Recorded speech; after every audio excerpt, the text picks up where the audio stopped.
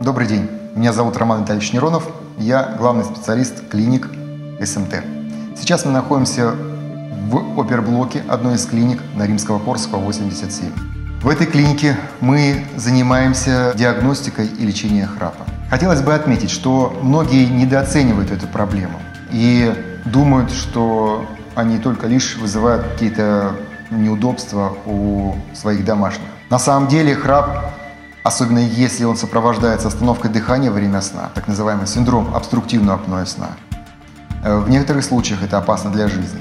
Поэтому очень важно провести правильное, грамотное обследование, чтобы выявить истинные причины храпа, насколько он выражен, и, естественно, избрать тот метод, который необходим именно этому пациенту.